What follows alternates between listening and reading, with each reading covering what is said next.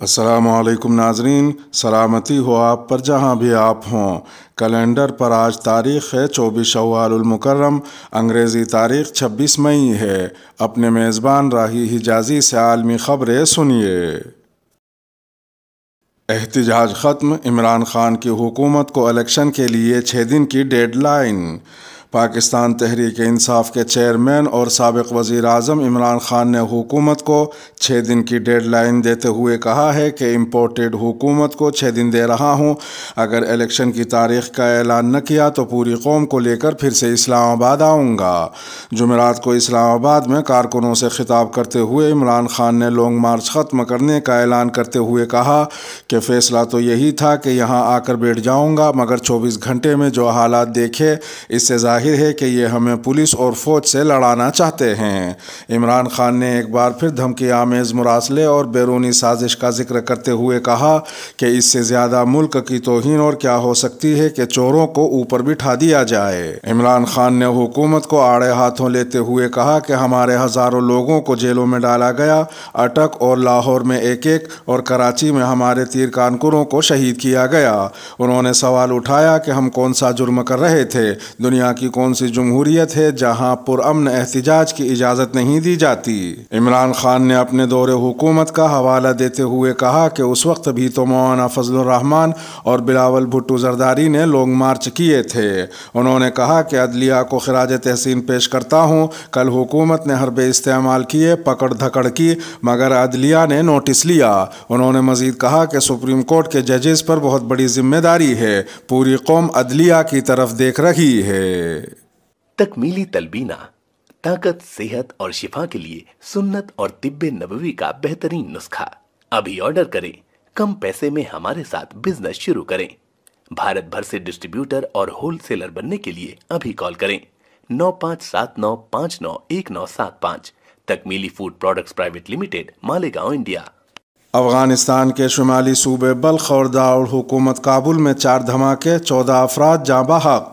افغانستان کے دارالحکومت کابل اور شمالی صوبے بلخ میں بدھ کے روز 4 بم دھماکے ہوئے، جن کے نتیجے میں 14 افراد جاں بحق ہو گئے ہیں۔ طالبان حکام نے بتایا کہ دارالحکومت کابل میں ایک مسجد کے اندر دھماکہ ہوا ہے اور اس میں 5 نمازی مارے گئے ہیں۔ کابل کے ایمرجنسی اسپتال میں مسجد میں بم دھماکے کے 17 زخمیوں اور 5 لاشوں کو منتقل کیا گیا۔ کابل میں طالبان پولیس کے ترجمان خالد زدران کے مطابق شہر کے مرکزی پولیس ضلع 4 میں حضرت زکریا مسجد میں دھماکہ ہوا، لیکن اس کے بارے میں فوری طور پر مزید تفصیل دستیاب نہیں ہے۔ زدران نے بتایا کہ دھماکہ اس وقت ہوا جب لوگ شام کی نماز کے لیے مسجد کے اندر موجود تھے۔ ادھر شمالی صوبے بلخ میں طالبان کے مقرر کردہ ترجمان محمد آصف وزیری کے مطابق مزار شریف میں 3 منی مسافر گاڑیوں میں دھماکے ہوئے۔ ان کے اندر دھماکہ خیز آلات نصب کیے گئے تھے اور ان کے پھٹنے سے ان منی وینوں میں سوار 9 افراد جاں بحق اور 15 زخمی ہو گئے۔ ایک پولیس عہدیدار نے نام ظاہر نہ کرنے کی شرط پر بتایا کہ مزار شریف میں ہلاک ہونے والے تمام افراد کا تعلق ملک کی اقلیتی برادری شیعہ سے تھا۔ فوری طور پر کسی نے بھی ان بم دھماکوں کی ذمہ داری قبول نہیں کی ہے، لیکن ان کا انداز داعش سے وابستہ علاقائی تنظیم داعش خراسان کی کارروائیوں جیسا تھا۔ آسٹریلیا کے کھلاڑیوں کا دورہ سری لنکا پر تشویش کا اظہار۔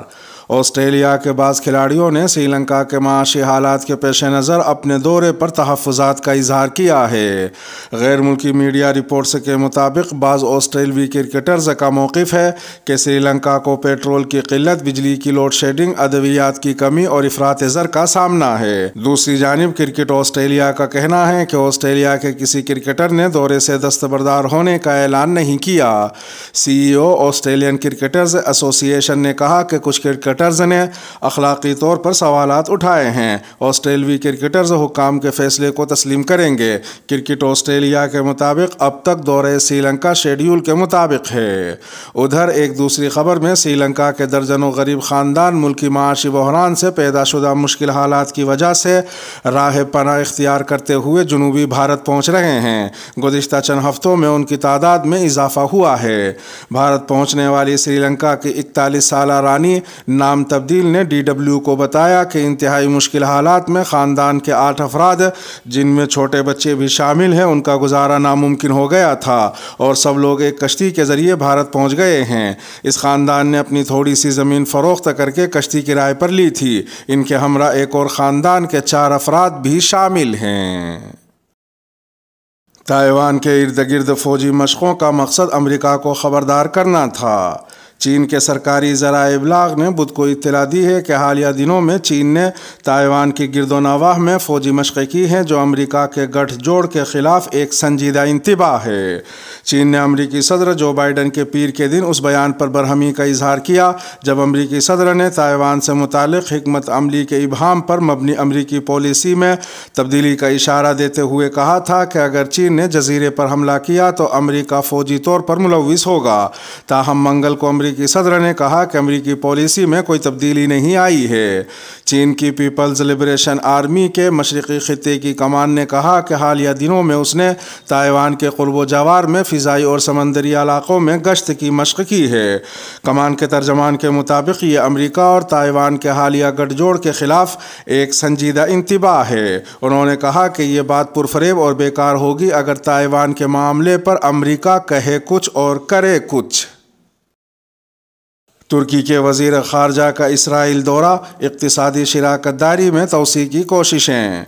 اسرائیل اور ترکی کے اعلیٰ سفارتکاروں نے بدھ کو کہا کہ انہیں توقع ہے کہ ترک وزیر خارجہ کے دورے سے دونوں ممالک کے درمیان ایک دہائی سے زیادہ عرصے سے جاری کشیدگی ختم کرنے اور اقتصادی تعلقات کو وسعت دینے کی راہ ہموار ہوگی۔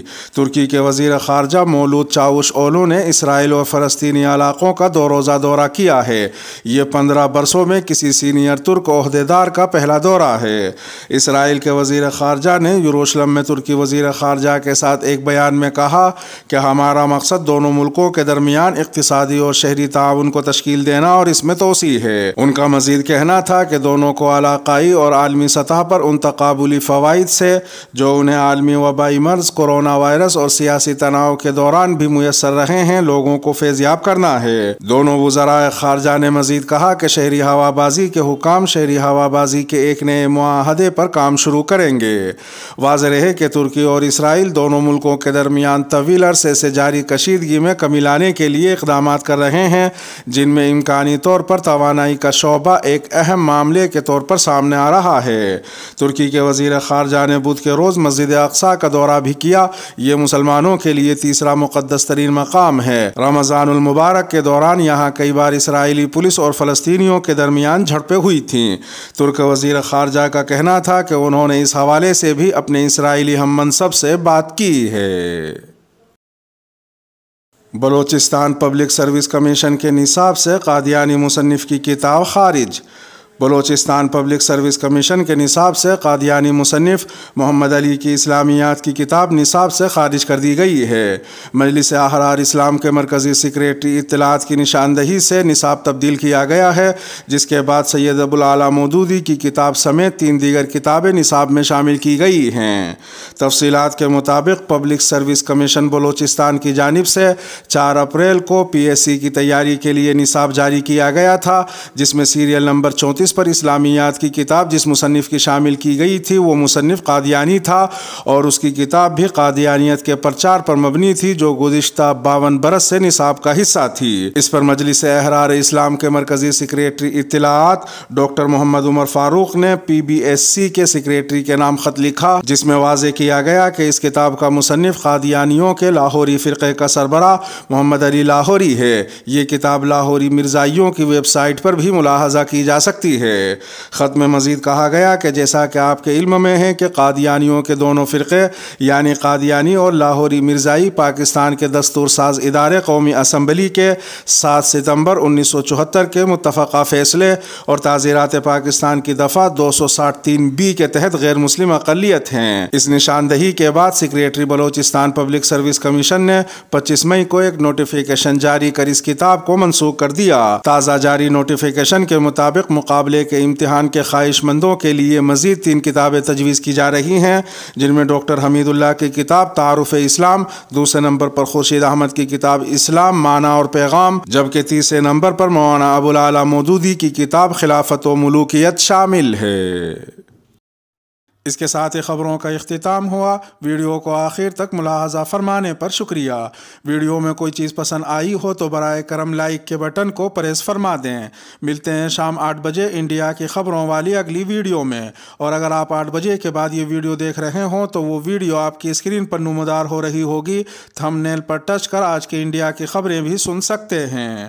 اپنے میزبان راہی حجازی کو اب دیجیے اجازت۔ سلامتی ہو آپ پر جہاں بھی آپ ہوں۔